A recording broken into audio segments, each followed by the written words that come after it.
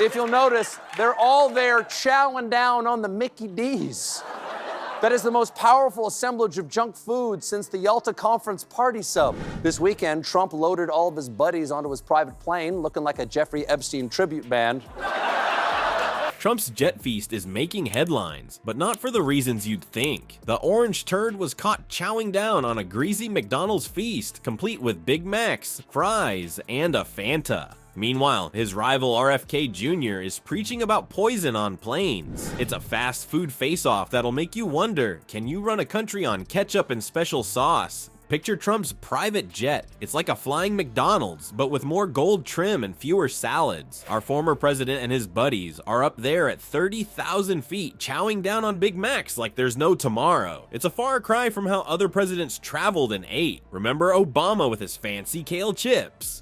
Well, Trump's trading those in for some all-American freedom fries. Look, I know Trump has been accused and found guilty of many crimes, but certainly none worse than brings Filet-O-Fish on a plane. One surprise member of the Mile High Fry Club is HHS nominee, and Trump ordered the largest of all the meal deals with a Big Mac, fries, a Fanta, and a Filet-O-Fish. Let's take a peek at this mile-high menu. We've got Big Macs, of course, Trump's favorite, fries naturally. And hold on to your tray tables, folks, because there's a Filet-O-Fish in the mix, on a plane. That's a bold move, even for the orange turd. The smell must be interesting. Now here's a juicy tidbit. Did you know that altitude actually messes with your taste buds? Yep, science says our ability to taste sweet and salty foods drops by about 30% when we're up in the air. Maybe that's why Trump's going all in on the fast food. He needs those extra flavor bombs just to taste anything at all. Or maybe he just really likes lukewarm fish sandwiches. But the real kicker in this airborne culinary catastrophe? RFK Jr.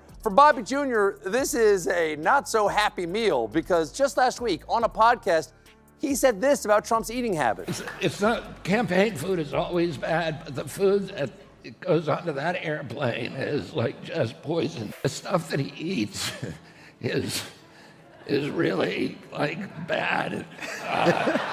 RFK Jr.'s reaction. Picture this, the health nut himself holding a greasy burger, looking like he'd rather eat the plane's safety manual. His face is a mix of disgust and disbelief, probably wondering if he can sneak some organic sprouts onto his bun without anyone noticing. As RFK Jr. grimaces at his burger, you can almost hear him thinking, I'd rather eat airline food. At least that stuff's been approved by some kind of health department.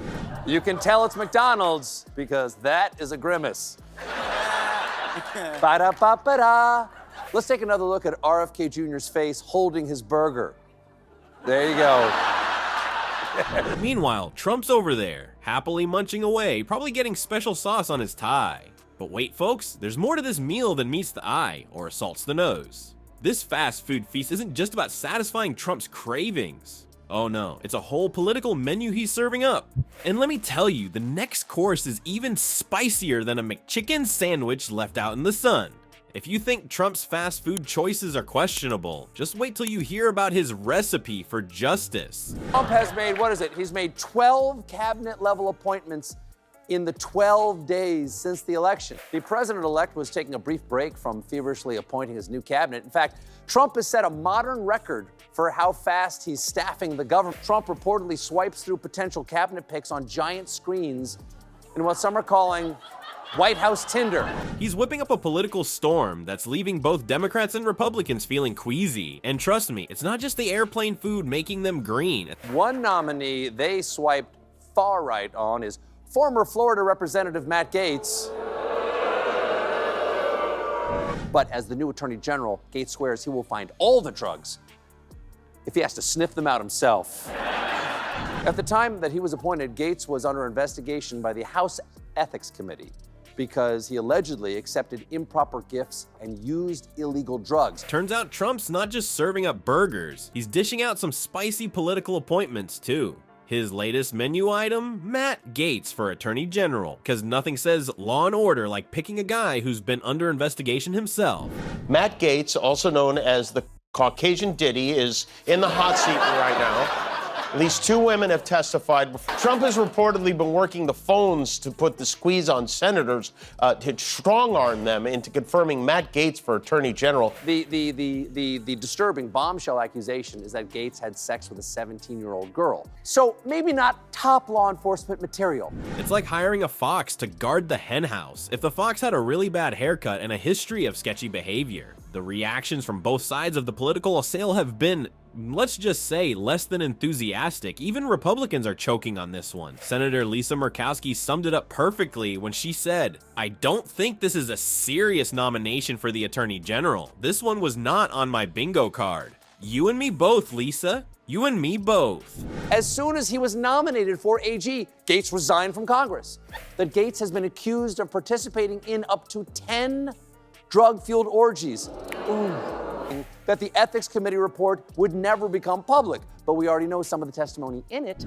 Let's take a quick look at Gaetz' background, shall we? He's gone from Florida man to potential top cop faster than you can say drug-fueled orgy. Yep, you heard that right. The House Ethics Committee was looking into allegations that Gaetz was living it up like a character from The Wolf of Wall Street, minus the charm and plus a bad spray tan. Now, imagine this guy in charge of the Justice Department. It's like putting a kid in charge of a candy store, except the candy is, you know, justice. The consequences could be interesting. The DOJ might need to stock up on antacids and maybe invest in some industrial strength air fresheners to deal with all the dirty laundry. But here's the real kicker. What could this mean for Trump's legal troubles? It's like hiring your drinking buddy as the bartender. Suddenly, those pesky laws might start looking a lot more flexible. As Senator Dick Durbin put it, Reptor Matt Gaetz would be a disaster as the next Attorney General of the United States. Well, duh, Dick, that's kind of the point. Republicans are freaking out, and for good reason. Senator Susan Collins, in her usual understated way, said there would be many questions raised during Gaetz' confirmation hearing. That's politician speak for, holy cow, what are we gonna do?